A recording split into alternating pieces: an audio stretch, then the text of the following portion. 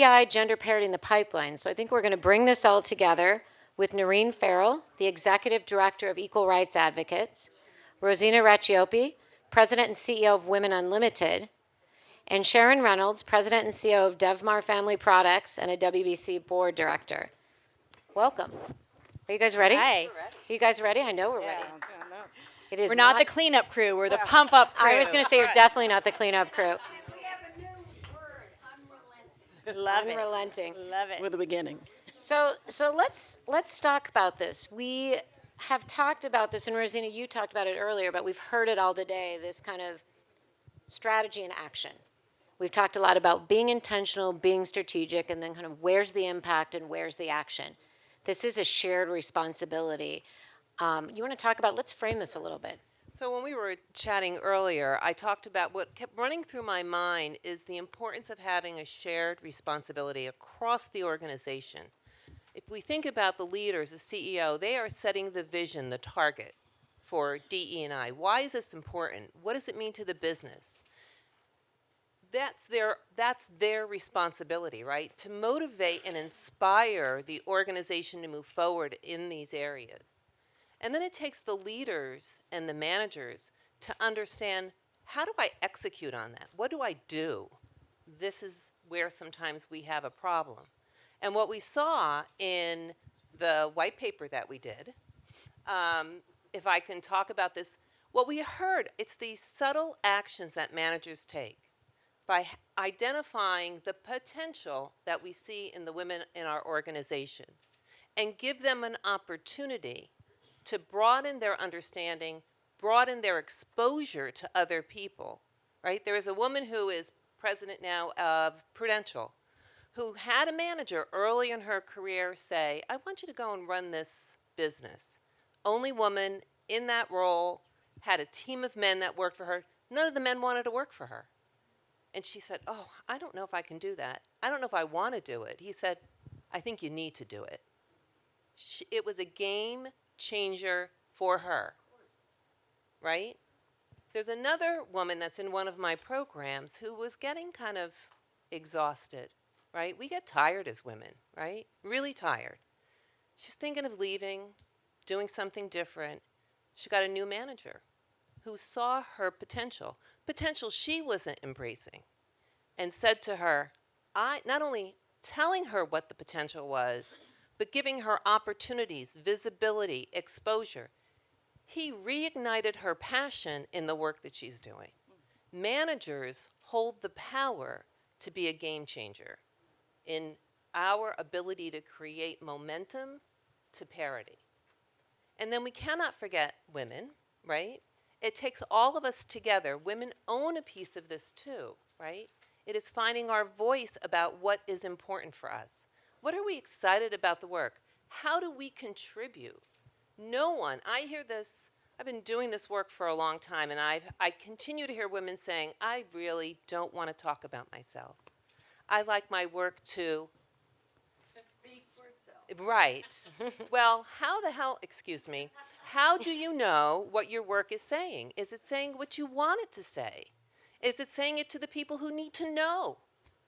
And do you really, sometimes we're stuck in jobs that we are functionally capable of doing and really hate, right?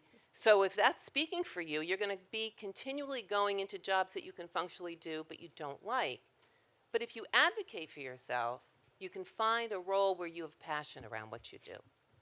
So I want to pick up on an issue. So you just talked about strategy and action, exactly what managers can do, exactly what women can do. And one of the areas which we've touched upon today is compensation. You know, and I think Salesforce, Mark Benioff said this is the transformational priority of the century. Noreen, let's talk about pay equity, pay parity. How is this issue capture what we're talking about? Well, first of all, I have been pumped to listen to all of you all day. I have such a notebook, and we have so much more to talk about. I just want to really thank everyone for everything you've given to me in this conversation. And we're closing out, and pay parity, the pay gap, the opportunity gap that Maria mentioned. I feel like this is such a lever in terms of talking about leadership strategy, because how we're doing is we're done. Let's leave. No, we're not done. The average, what women make, black women are making 67 cents on the dollar working full time. They're at 64 cents if they're working part time. Latina women 57 cents to the dollar working full time, 54 cents to the dollar working part time. And for me, I know those are averages.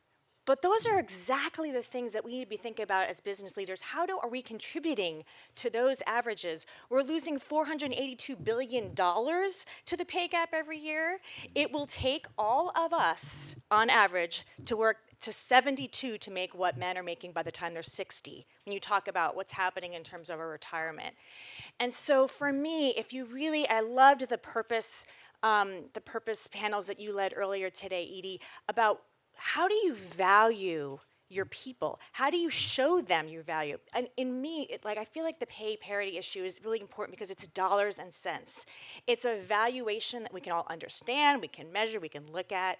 And so it's not the only issue that really can inform a strategy in terms of gender equity and leadership, but it's a really important one. I think especially now, because we're coming out of COVID, where, in April 2020, 11.3 million women left the workforce alone in that 1 month. That set us back to the rates we were at before the Great Recession. And now we're coming back, and women are coming back at 1.3 million fewer jobs than men. As they enter back into the recession. They're coming back at a pay rate that is 73 cents to the dollar. So people who were gone from the workforce for 24 months are coming back, as compared to men, out the same period of time at 73 cents to the dollar.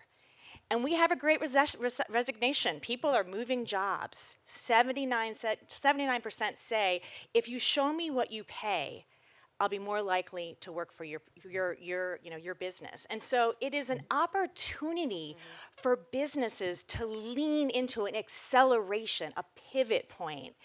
And Mark Benioff said that. I think Lauren mentioned that too, about the power of the CEO.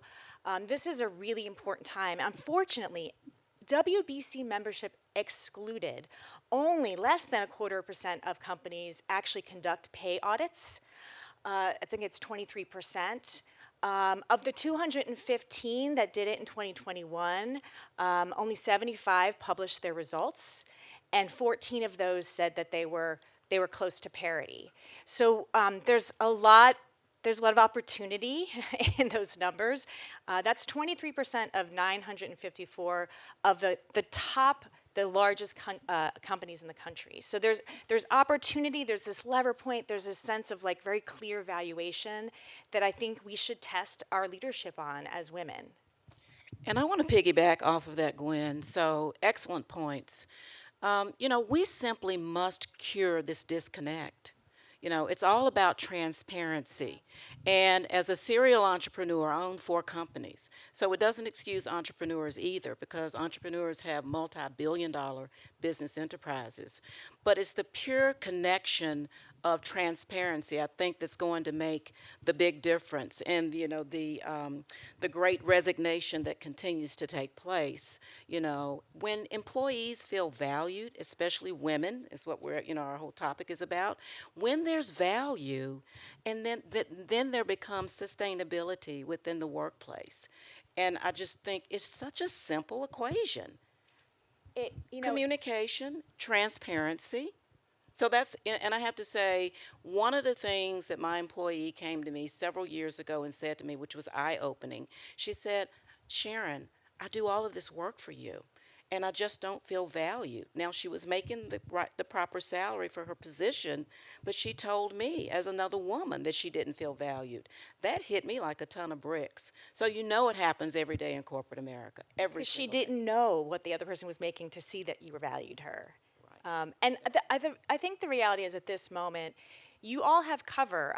The bill that was mentioned, the California bill, my organization, Equal Rights Advocates, sponsored the bill, and we've sponsored 42 pieces of legislation similar to that in states across the country. This train has left the station, And so the companies that are getting out in front of it, who are the first to, I love that Accenture was one of the first to announce pay transparency. And then lo and behold, Deloitte said, hi, we're going to do that too. The competitors started following. It was the leadership of certain organizations and companies in this room that has really set the stage. And I think that you're going to see a lot more of these bills in terms of opportunities for leadership. And you're going to have workers that are going to know, they're going to be able to look at that scale and say, oh yeah, she values me. Yeah, absolutely. Yeah. Well, and I want to pick up on that theme too, because there's a transparency, which is one of the action themes, right? And you framed it really nicely, Noreen, and all of us, is this sort of opportunity. I want to turn, and I'm going to turn to you, Sharon. We talk about the great resignation, quiet quitting. There's this kind of negative, it set us back. But there is an opportunity, and it links to that thing about not staying in your own silo, not singing to the choir. Tell us about the opportunities of these women that are kind of leaving the workforce. Oh, absolutely. And I was so happy to have that conversation with you earlier. I think it is a real opportunity and shouldn't be viewed as a negative with the great resignation because so many women are leaving the workplace for various reasons. But those who leave for pay parity issues, inequities, and things of that nature, and not feeling valued, are really putting themselves out there. A lot of becoming consultants, using their talents, and coming back into the workplace or coming back as consultants to the very companies that didn't value them and bringing absolutely, I think it's a great opportunity for employers to really listen and have an opportunity from someone who's left the workplace if they come back as an entrepreneur and will have that voice to speak. And I think that's a good voice to listen to, whether it's someone who is going back to their employer, and I've heard this a lot, they'll come back as a consultant. They left on good terms, but they're coming back. And they come back armed with information, I think that will resonate with the corporation, I think, to follow some of the examples that they didn't follow or they didn't adhere to in the beginning. So I think it should be looked at as, not as a negative, but really a positive when this is happening. And Rosina, bring it into the C-suite paper, risk-taking, advocating voice. Well, I want to just add to that what we saw happening, especially in the first year of the pandemic, where a lot of the women in our program were so, overwhelmed between work and family obligations that many of them sought to opt out only because they didn't understand that they could go to their organization and say, here's how I can work right now. They didn't negotiate different terms. And so they would go back as a consultant because they had more flexibility. What we then saw moving forward, and I want to just touch upon this because Kimberly talked about network, and I think I want to bring it to a broader, what women need to embrace is the power relationships have to inform them as a businesswoman and how to navigate their career and understand their business. It's a twofold benefit. And it's mentors, networks, and sponsors. All of them have a place. And it's understanding what role they all play. Having developmental relationships are crucial for women from the early stage of their career. My lead on the action initiative for women in the pipeline, we talk about this all the time because women are not advancing in the pipeline at the same pace as their male counterparts because they only focus on the work and they're not building those relationships that they need to keep the fuel, right, for their career growth. Those relationships, mentors, it's not just meeting a mentor, it's actually having an agenda, having intention around what I need to get from this conversation. Having a mentor does not advance your career. Using them properly does.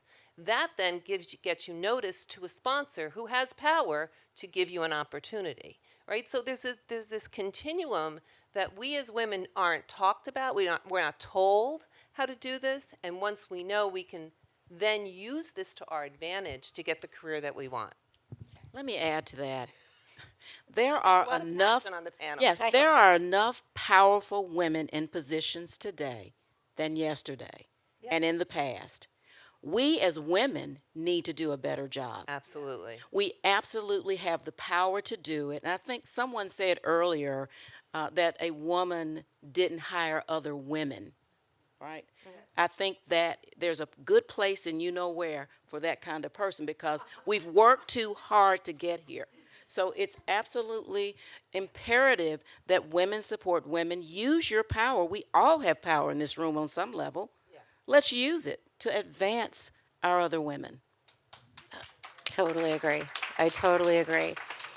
Noreen, I want to talk about something else women can use, right? You talked about the train is out of the station. There are these laws, whether it's the California law for women on board, whether it's equal pay, and these are moving. These are changing. What does that landscape look like? How optimistic can we be? Well, I feel like we lead a national equal pay today campaign, and much like the sort of the strategy of WBC, and that we're all working together to accelerate. That's happening. We have members in 50 states. They take a look at the slate of bills in California and Colorado. They replicate them. We've gotten companies from Salesforce to Autodesk, which is another great company, helping us make the business case. It's sort of helping these bills fly by, even with bipartisan support. I mean, our bills sometimes get support of the Chamber of Commerce, which in my world doesn't often happen, because we are sitting down with business leaders in advance and we're saying, what are the pain points for you? One of the things that one company HR person told me was, our problem is around hiring pay, and we use a lot of recruiters. And we're not actually part of this conversation where compensation happens, and we don't have control of it. And so we talked about how, well, what if the recruiter didn't ask the person their prior salary? Would that influence the negotiation? And before our bill was introduced, that company stopped relying on prior salaries and setting hiring pay. So I feel like it is this acceleration through collaboration that is unlike anything I've ever seen. I do feel like we are in this transformational moment coming out of COVID, but we're reimagining work. We're reimagining what we can and can't do to work. And I think it is a moment for business leaders to seize in truly bold ways. Do you think that's being driven a lot by the labor market now? Yes. I mean, look, Take advantage of it. Yeah, take advantage of it. I mean, among the workers that we talk to are restaurant workers who are now, we had to fight for so long to stop the tip minimum wage, but now, restaurant workers are paying them $20 an hour to stay because they have labor shortages. And those are changes that will be difficult for those, employers to go back from. But these are the ways in which what's happening with labor is presenting opportunities for real leaders to seize and be seen as leaders for women and people across gender identities. And the Be restaurant inclusive. workers deserve the pay. Thank Everyone you. deserves a living wage. And then some. And then some. So let's talk about that as kind of our way to kind of close this out as we look at this. We started with wanting to go from intentionality or strategy to action. We just talked about the new workplace. We've talked a lot about transparency. Sharon, I'm going to start with you, though. This is a new workplace. It looks different. What actions can we take right now to really transform the workplace? If you're an organization, if you're DevMar, if you're some of the other organizations working, what can they do to really move the needle and drive impact in DE&I and equity? Well, I loved Balaji's statement earlier today. Balaji Ganapathy said, if you have a purpose-driven company and committed to ESG, you will survive. And I love that, Balaji. I love Balaji anyway. You should love that. So I think that, transparency in terms of pay parity is going to move our nation to the next level. Just imagine, you don't have to worry or wonder about the wage or salary ranges. It's published, so it needs to be transparent from the, C-suite all the way down. And from the time you start until when you Absolutely. go up throughout your career. Absolutely. Yes. I think the past 3 years of disruption is causing us to really accelerate our understanding of what we need to do to create truly inclusive organizations. And I think as business leaders, we should take advantage of it. Like, let's not let a good pandemic go to waste. Like, let's use this as an opportunity. And we saw that in the work that we did, where organizations saw the pandemic as a way for them to broaden how they can reach more women faster to get them in the talent pipeline. Companies are concerned that they're going to lose women. And if they're and what I'm hearing from companies is they're focused on that on women early career, and that to me is the greatest opportunity for organizations. If we can invest time and attention to for leaders, how do I identify potential, and for women, how do I leverage that my manager to help me get those opportunities to grow my career. I love that. Another way of saying it is we want to emerge from the pandemic stronger than we entered it, and I think a commitment to gender equity and equity across all sorts of identities is so important.